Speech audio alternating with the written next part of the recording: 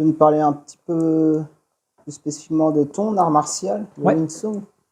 Alors, le Wing Tsun, Wing Tsun, Wing Chun, etc., il y a plusieurs manières de le prononcer. On le prononce en cantonais ou en mandarin, parce que là aussi on se perd. C'est un art martial chinois. Donc, il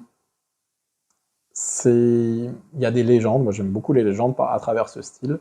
Il aurait été inventé par une nonne qui s'appelait Nyon Mui, qui, selon la légende, était une des nonnes du temple Shaolin après qu'il a été incendié. Alors là, il y a une grosse incohérence déjà, c'est qu'a priori, il n'y avait pas de Il n'y femme. avait pas de femme, oui. Donc, déjà, d'un point de vue historique, ça colle peut-être pas. Mais c'est pas grave, moi j'aime bien cette histoire.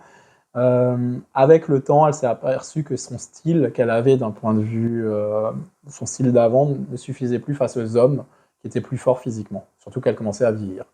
Et elle a commencé à réfléchir à un nouveau style. Alors comment elle y a réfléchi? Moi, j'aime bien dire qu'elle a rencontré un autre maître d'un autre style. Une des légendes dit qu'elle a rencontré un maître de Linglom, c'est le singe volant, qui est l'ancêtre de la boxe thaï. Et elle maîtrisait plutôt la grue blanche. Il y a plusieurs versions, encore une fois, par rapport à ce style-là.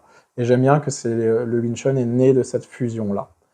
Et ensuite, elle l'aurait transmise à une jeune femme d'un village qui était très très belle dans le village et il y avait plein d'hommes qui voulaient la courtiser, etc., etc. Et finalement, elle avait mis en place un stratagème en disant que si l'homme parvenait à la battre au combat, elle accepterait de se faire d'être épousée. Et donc elle s'était entraînée avec Nyon Mui, et un jour elle décide de perdre face à un homme parce qu'elle aimait bien le garçon qui était en face d'elle. Et donc elle a perdu contre cet homme-là. Et plusieurs années après, elle lui dit qu'elle a fait exprès de perdre et il n'a pas accepté, il l'a remis au défi et là elle l'a éclaté. et, et donc en honneur à sa femme, il a appris déjà ce nouveau style qui a été transmis de Nyon Mui à elle. Et en honneur à sa femme, cet homme a nommé le style Wing Chun, parce qu'elle s'appelait Wing Chun.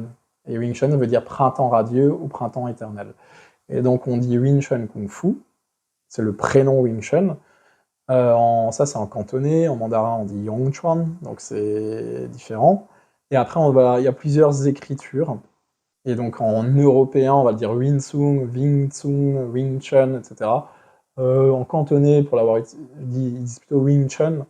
Et là, les différents noms, c'est par rapport à des généalogies.